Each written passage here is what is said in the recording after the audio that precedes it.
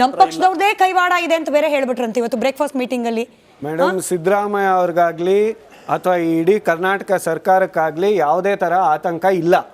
Show ಕಾಸ್ notice ಕೊಟ್ಟಿರೋದು ಕ್ರಮಬದ್ಧವಾಗಿದೆ. ಏನೋ ಒಂದು ಅಪ್ಲಿಕೇಶನ್ ಹಾಕಿದ್ದಾರೆ, ನಮಗೆ ಶೋ ಕಾಸ್ ನೋಟಿಸ್ ಕೊಟ್ಟಿದ್ದಾರೆ. ಅದನ್ನ ನೀವು ಕೊಡ್ಲೇಬಾರ್ದು ಅಂತ ಹೇಳ್ತಾ ಇಲ್ಲ. 2 ಅಂಶಗಳು ಹೇಳಿದ್ದೀವಿ. ಒಂದು, ಆ ಶೋ ಕಾಸ್ ನೋಟಿಸ್ ನೀವೇನು ಕೊಟ್ಟಿದ್ದೀರಾ ಅದನ್ನ ವಿಡ್ರಾ ಮಾಡಿ.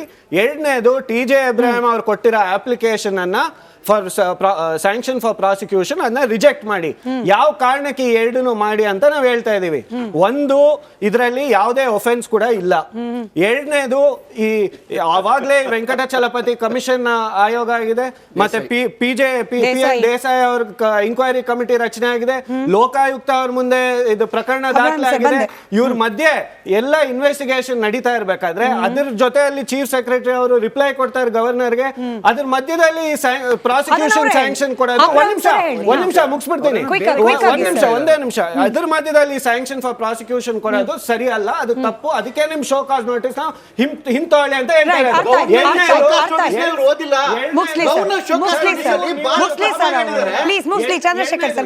2ನೇ ಪಾಯಿಂಟ್, ಸಂಕೇತವನ್ನು ಕೇಳಿ. On a plain reading of section 17 and 19, either or no person other than an investigation officer can apply for a sanction for prosecution.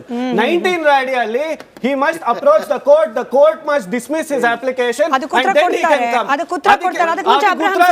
Abraham sir Priyanka Srivatsavana quote ಮಾಡ್ತಾ ಇದ್ದಾರೆ. ಕಾನೂನು ತಿಳ್ಕೊಳ್ಳಿ, ಅದನ್ನ ಮಾಡ್ಕೊಂಡು ಬನ್ನಿ ಅಂತ ಸಲಹೆ ನೀಡ್ತಾ ಇದ್ದೀನಿ. ಈಗ ಪ್ರಶ್ನೆ ಇರೋದು, ಆಲ್ರೆಡಿ ಒಂದು ತನಿಖೆ ನಿವೃತ್ತ ನ್ಯಾಯಮೂರ್ತಿಗಳ ಅಡಿಯಲ್ಲಿ ತನಿಖೆಗೆ ಅನುಮತಿ ಕೊಟ್ಟಾಗಿತ್ತು, ಮತ್ತ್ಯಾಕೆ ನೀವು ಇಂಟರ್ಫಿಯರ್ ಆಗ್ತಿದ್ದೀರಿ ಅಂತ ಹೇಳಿ ಪ್ರಶ್ನೆ ಕೇಳ್ತಿದ್ದಾರೆ.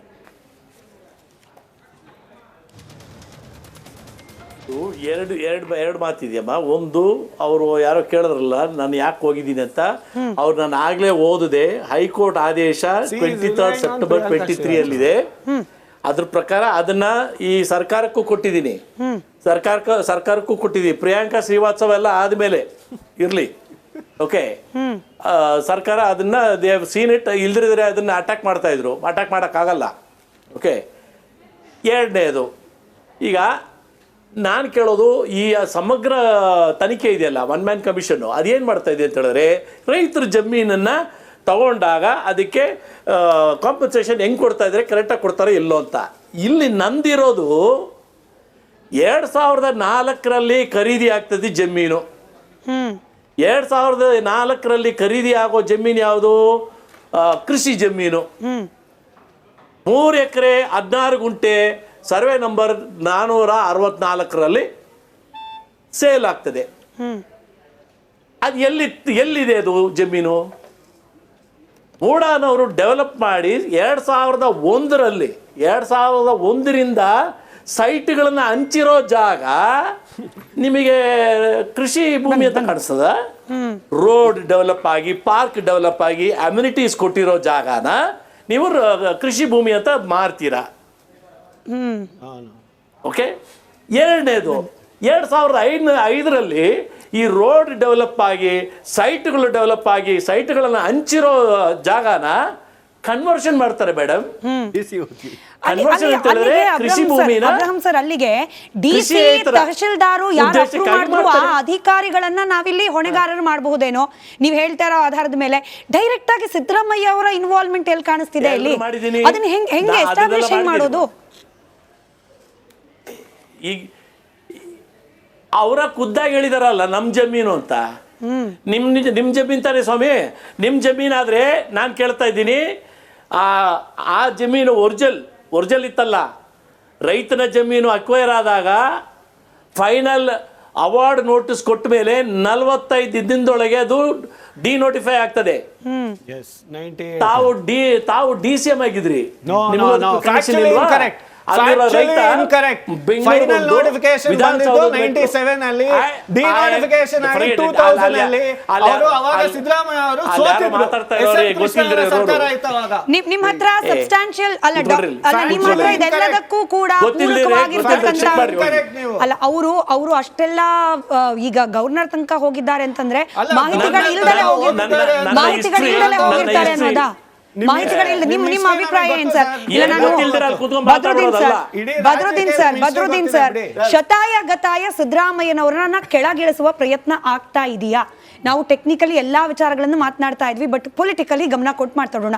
ಸಿದ್ದರಾಮಯ್ಯ ಅವ್ರ ಕುರ್ಚಿಯಿಂದ ಕೆಳಗಿಳ್ಬೇಕಪ್ಪ, ಅವ್ರಿಗೆ ಶಿಕ್ಷೆ ಆಗುತ್ತೋ, ಇದ್ರಲ್ಲಿ ತಪ್ಪಿತಸ್ತ್ರ ಹೌದೋ ಅಲ್ವೋ, ಒಟ್ಟು ಕುರ್ಚಿಯಿಂದ ಕೆಳಗಿಳ್ಬೇಕು, ಈ ಪ್ರಯತ್ನನ ಇದು? ನೋಡಿ, ಅಬ್ರಾಮ್ ಅವರ ಹೋರಾಟ ಒಂದು ಕಡೆ, ಅದು ಲೀಗಲ್. ಅವರು ಏನೋ ಪ್ರಾಸಿಕ್ಯೂಷನ್ ಪರ್ಮಿಷನ್ ಕೇಳಿದ್ದಾರೆ, ಅದು ಕೊಟ್ಟರೆ ಅವರು ಹೋರಾಟ ಮುಂದುವರಿಸ್ತಾರೆ, ಅದು ಅವ್ರದ್ದು ಒಂದು ಭಾಗ. ಅದು ಸರಿ ತಪ್ಪಿನ ಜಿಜ್ಞಾಸೆಗಳು, ಹೊಡೆದಾಟಗಳು ನಡೀತಾ ಇರ್ತವೆ.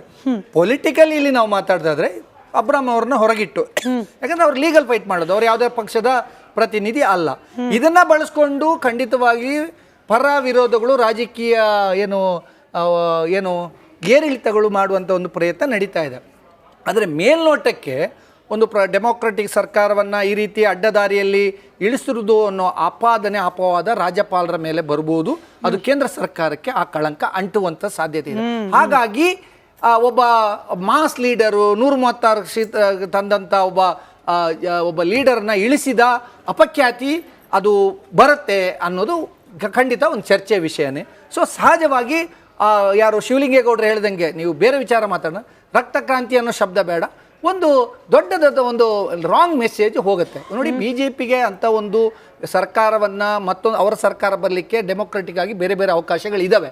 ಈ ಅಡ್ಡದಾರಿಯಿಂದ ಜನರಿಗೆ ಬಂದ್ಬಿಟ್ರೆ ಟ್ರ್ಯಾಕ್ ರೆಕಾರ್ಡ್ ಬಂದ್ಬಿಟ್ರೆ ಅದು ಖಂಡಿತ ಬಿಜೆಪಿ ಮಟ್ಟಿಗೆ ಅದೊಂದು ಕಳಕ. ಯಾಕಂದ್ರೆ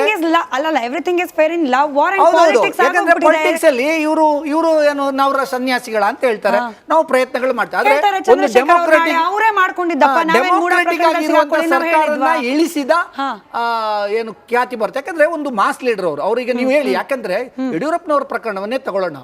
ಅವರು ಮಾಸ್ ಲೀಡರ್ ಆಗಿದ್ದಾಗ ಅವ್ರ ಮೇಲೆ ಜೈಲಿಗೆ ಹೋದ್ರು, ಅವ್ರ ಮೇಲೆ ಆಪಾದನೆಗಳು ಬಂದ್ರು. ಆದಷ್ಟು ಅವ್ರ ಸಮುದಾಯ, ಅವರ ಪಕ್ಷ, ಅವರು ರಾಜಕೀಯವಾಗಿ ಸ್ಟ್ರಾಂಗ್ ಆಗ್ತಾ ಹೋದ್ರು. ಈಗ ನೋಡಿ, ಸಿದ್ದರಾಮಯ್ಯನವರು ರಾಜಕೀಯ ಸಾಕು ಅಂತ ನಿವೃತ್ತಿಯ ಯೋಚನೆಯಲ್ಲಿರುವಾಗ ನೀವು ಅವ್ರನ್ನ ಈ ರೀತಿ ಮಾಡಿ ಮತ್ತೆ ಸ್ಟ್ರಾಂಗ್ ಮಾಡ್ತೀರೇನೋ ಅಂತ.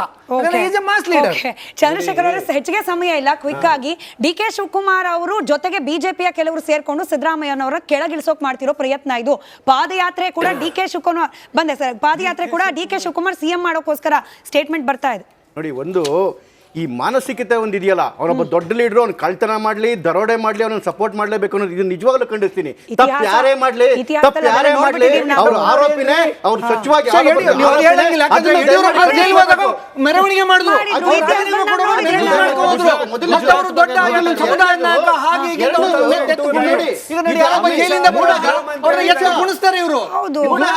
ದುರಂತ ಇದು. ಏನ್ ಮಾಡೋದು? ನಾನು ಮಾತಾಡೋದು ಯಾಕೆ ಶುರುವಾಗುತ್ತೆ ಎಲ್ಲರಿಗೂ? ಒಂದು ವಾಲ್ಮೀಕಿ ಹಗರಣದಲ್ಲಿ ವಾಲ್ಮೀಕಿಗಳು ನೇರವಾಗಿ ಇನ್ವಾಲ್ವ್ ಆಗಿರೋದು ಫೈನಾನ್ಸ್ ಡಿಪಾರ್ಟ್ಮೆಂಟ್. ಅದಾದ್ಮೇಲೆ ಮೂಡದ ಡೈರೆಕ್ಟ್ ಆಗಿ ಇನ್ವಾಲ್ವ್ ಆಗಿರೋ ಸಿದ್ದರಾಮಯ್ಯ ರೀ, ಬೇರೆ ಯಾರು ಅಲ್ಲ. ಯಡಿಯೂರಪ್ಪ ವಿಚಾರದಲ್ಲಿ ಯಾರ ಜಮೀನು ಡಿನೋಟಿಫಿಕೇಶನ್ ಆಯ್ತಲ್ಲ, ಅದಕ್ಕೆ ಗ್ರೀನ್ ತಗೊಂಡು ಆಚೆ ಬಂದ್ರು. ಇಲ್ಲಿ ಯಾರ ಜಮೀನು ಡಿನೋಟಿಫೈ ಆಗಿದ್ದು? ಇವ್ರದೇ ಖುದ್ದು ಜಮೀನು. 2004 ಯಾರು ಮಿನಿಸ್ಟರ್ ಆಗಿದ್ರು? ಇವ್ರು ಮಾಡ್ಕೊಂಡು